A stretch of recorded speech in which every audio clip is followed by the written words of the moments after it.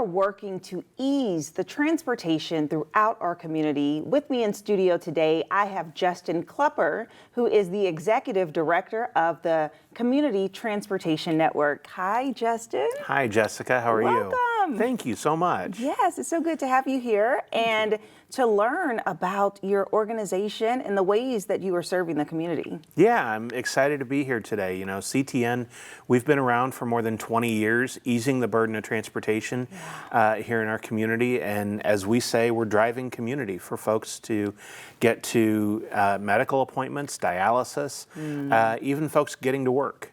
Yeah, so this is different. This is not an Uber. Nope. And this is an organization that really provides transportation to those in need. So can you kind of break down who in the public you serve and how they reach out to you to gain the services? Yeah, so every day we're serving hundreds of low-income seniors and people with disabilities who need access to vital community resources. We're also working with 85 other nonprofit agencies to provide a low-cost charter service. So it's taking the Girl Scouts up to Girl Scout camp in the summer. It's working with the Philharmonic to get patrons to the concerts. It's getting kids who go to an early learning center to the pumpkin patch for a field trip.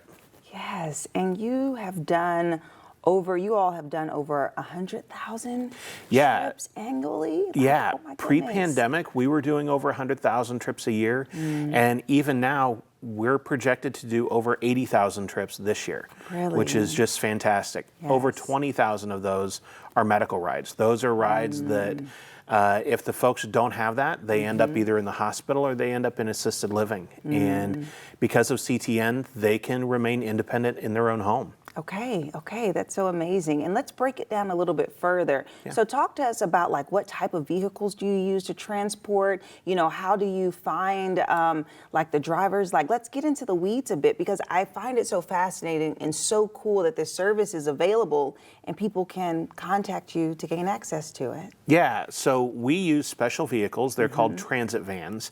Every one of our vehicles that's used for medical rides or work trip rides has a hydraulic lift. And so it can transport anyone with any kind of disability. We don't do stretchers, but most of our folks, even if they don't like to do steps, they can do the lift and ride it right up into the vehicle. A lot of our vehicles can handle anywhere from 3 to 5 wheelchairs in one seating, which allows us to kind of configure things and move larger groups of people together. The biggest thing is our drivers. You know, our drivers are probably one of the greatest parts, if not the greatest part, of our organization because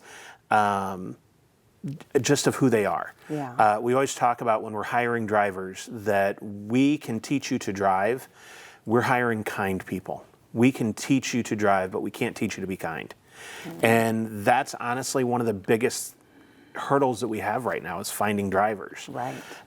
We could double our medical service easily, drop of a hat, if we have drivers, vehicles, and philanthropy to back it up, because philanthropy supports every single ride that we do. I'd hire 10 drivers right now, especially retired school bus drivers.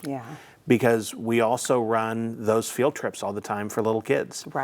And our bus drivers like it because they typically have other staff on board who can kind of, you know, keep the kids under control, and drivers just drive. Do what they do best. Yep. Yes, it is a specialty, and it does take a kind heart to drive and to be a caretaker in a sense, because you're making sure that the passengers make it to these important appointments. And you have an upcoming event, a Brew Tour? We do. Share with us about that. So about 6-7 years ago, we were sitting down and said, okay, how do we take our vehicles and get people on them to see what they're actually like? And not going to lie, when we were talking about this, I'm also a big fan of microbreweries. And so we decided to combine the two. And we created the Hop On Brew Tour. The Hop On Brew Tour is Saturday, November 12th from 1 to 5. Or if you're a VIP, you get it started at noon. Extra hour. Exactly.